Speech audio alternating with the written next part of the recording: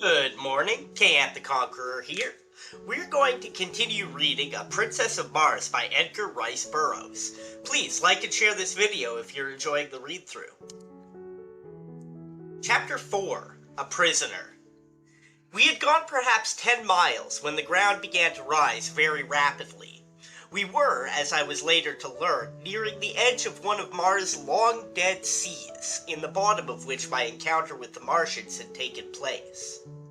In a short time we gained the foot of the mountains, and after traversing a narrow gorge came to an open valley, at the far extremity of which was a low tableland, upon which I beheld an enormous city.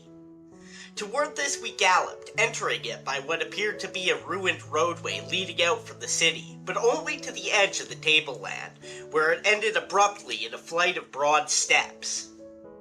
Upon closer observation, I saw as we passed them that the buildings were deserted, and while not greatly decayed, had the appearance of not having been tenanted for years, possibly for ages.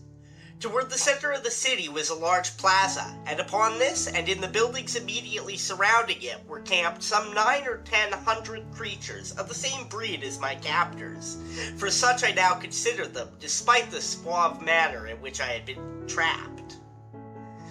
With the exception of their ornaments, all were naked. The women varied in appearance but little from the men, except that their tusks were much larger in proportion to their height, in some instances curving nearly to their high-set ears. Their bodies were smaller and lighter in color, and their fingers and toes bore the rudiments of nails, which were entirely lacking among the males. The adult females ranged in height from 10 to 12 feet. The children were light in color, even lighter than the women, and all looked precisely alike to me, except that some were taller than others, older, I presumed.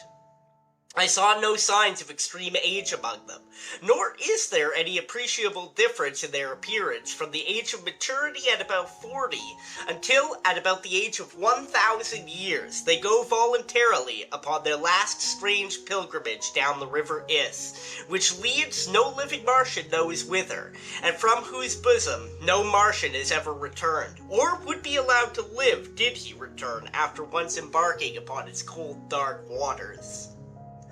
Only about 1 Martian in 1,000 dies of sickness or disease, and possibly about 20 take the voluntary pilgrimage. The other 979 die violent deaths in duels, in hunting, in aviation, and in war. But perhaps by far the greatest death loss comes during the age of childhood, when vast numbers of the little Martians fall victims to the great white apes of Mars. The average life expectancy of a Martian after the age of maturity is about 300 years, but would be nearer the 1,000 mark were it not for the various means leading to violent death. Owing to the waning resources of the planet, it evidently became necessary to counteract the increasing longevity which their remarkable skill in therapeutics and surgery produced. And so human life has come to be considered but lightly on Mars, as is evidenced by their dangerous sports and the almost continual warfare between the various communities. There are other and natural causes tending toward a diminution of population, but nothing contributes so greatly to this end as the fact that no male or female Martian is ever voluntarily without a weapon of destruction. As we neared the plaza and my presence was discovered, we were immediately surrounded by hundreds of the creatures, who seemed anxious to pluck me from my seat behind my guard. A word from the leader of the party stilled their clamor, and we proceeded at a trot across the plaza to the entrance of as magnificent an edifice as mortal eye has rested upon. The building was low, but covered an enormous area. It was constructed of gleaming white marble inlaid with gold and brilliant stones, which sparkled and scintillated in the sunlight. The main entrance was some 100 feet in width, and projected from the building proper to form a huge canopy above the entrance hall. There was no stairway, but a gentle incline to the first floor of the building opened into an enormous chamber encircled by galleries. On the floor of this chamber, which was dotted with highly carved wooden desks and chairs, were assembled about 40 or 50 male Martians around the steps of a rostrum. On the platform proper squatted an enormous warrior, heavily loaded with metal ornaments, gay-colored feathers, and beautifully wrought leather trappings ingeniously set with precious stones. From his shoulders depended a short cape of white fur lined with brilliant scarlet silk.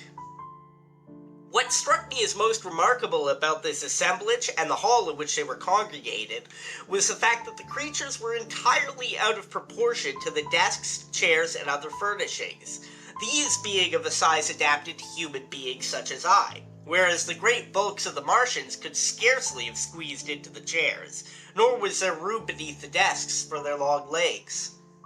Evidently, then, there were other denizens on Mars than the wild and grotesque creatures into whose hands I had fallen, but the evidences of extreme antiquity which showed all around me indicated that these buildings might have belonged to some long extinct and forgotten race in the dim antiquity of Mars. Our party had halted at the entrance to the building, and at a sign from the leader I had been lowered to the ground. Again locking his arm in mine, we had proceeded into the audience chamber. There were few formalities observed in approaching the Martian chieftain. My captor merely strode up to the rostrum, the others making way for him as he advanced. The chieftain rose to his feet and uttered the name of my escort, who in turn halted and repeated the name of the ruler, followed by his title. At the time, this ceremony and the words they uttered meant nothing to me, but later I came to know that this was the customary greeting between green Martians. Had the men been strangers, and therefore unable to exchange names, they would have silently exchanged ornaments, had their missions been peaceful. Otherwise, they would have exchanged shots, or have fought out their introduction with some other of their various weapons. My captor, whose name was Tars Tarkas, was virtually the vice-chieftain of the community, and a man of great ability as a statesman and a warrior.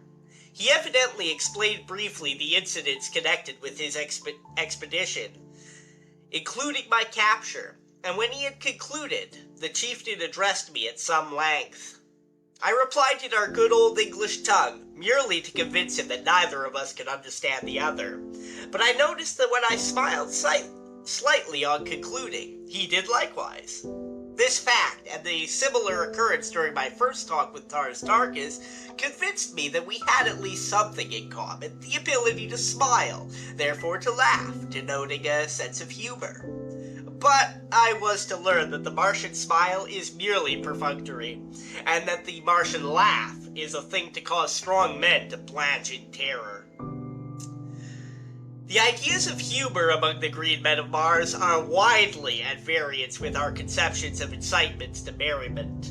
The death agonies of a fellow being are, to these strange creatures, provocative of the wildest hilarity, while their chief form of commonest amusement is to inflict death on their prisoners of war in various ingenious and horrible ways. The assembled warriors and chieftains examined me closely, feeling my muscles and the texture of my skin. The principal chieftain then evidently signified a desire to see me perform, and motioning me to follow, he started with Tars Tarkas for the open plaza. Now, I had made no attempt to walk since my first signal failure, except while tightly grasping Tars Tarkas' arm. And so now I went skipping and flitting about among the desks and chairs like some monstrous grasshopper. After bruising myself severely, much to the amusement of the Martians, I again had recourse to creeping. But this did not suit them, and I was roughly jerked to my feet by a towering fellow, who had laughed most heartily at my misfortunes. As he banged me down upon my feet, his face was bent close to mine, and I did the only thing a gentleman might do under the circumstances of brutality, boorishness, and lack of consideration for a stranger's rights. I swung my fist squarely to his jaw, and he went down like a felled ox. As he sunk to the floor, I wheeled around with my back toward the nearest desk, expecting to be overwhelmed by the vengeance of his fellows, but determined to give them as good a battle as the unequal odds would permit before I gave up my life. My fears were groundless, however, as the other Martians, at first struck dumb with wonderment, finally broke into wild peals of laughter and applause. I did not recognize the applause as such, but later, when I became acquainted with their customs, I learned that I had won what they seldom accord, a manifestation of approbation. The fellow who I had struck lay where he had fallen, nor did any of his mates approach him. Tars Tarkas advanced toward me, holding out one of his arms, and we thus proceeded to the plaza without further mishap. I did not, of course, know the reason for which we had come to the open, but I was not long in being enlightened. They first repeated the word sack a number of times, and then Tars Tarkas made several jumps, repeating the same word before each leap. Then turning to me, he said, "Sock!"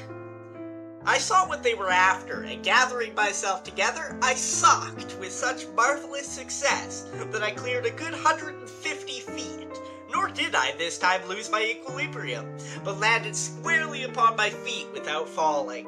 I then returned by easy jumps of 25 or 30 feet to the little group of warriors. My exhibition had been witnessed by several hundred lesser Martians, and they immediately broke into demands for a repetition, which the chieftain then ordered me to make. But I was both hungry and thirsty, and determined on the spot that my only method of salvation was to demand the consideration from these creatures which they evidently would not voluntarily accord. I therefore ignored the repeated commands to sock, and each time they were made, I motioned to my mouth and rubbed my stomach. Tars Tarkas and the chief exchanged a few words, and the former, calling to a young female among the throng, gave her some instructions and motioned me to accompany her. I grasped her proffered arm, and together we crossed the plaza toward a large building on the far side. My fair companion was about 8 feet tall, having just arrived at maturity, but not yet to her full height. She was of a light olive green color, with a smooth, glossy hide. Her name, as I afterward learned, was Sola, and she belonged to the retinue of Tars Tarkas. She conducted me to a spacious chamber in one of the buildings fronting on the plaza, and which, from the litter of silks and furs upon the floor, I took to be the sleeping quarters of several of the natives. The room was well lighted by a number of large windows, and was beautifully decorated with mural paintings and mosaics, but upon all there seemed to rest that indefinable touch of the finger of antiquity, which convinced me that the architects and builders of these wondrous creations had nothing in common with the crude half-brutes which now occupied them.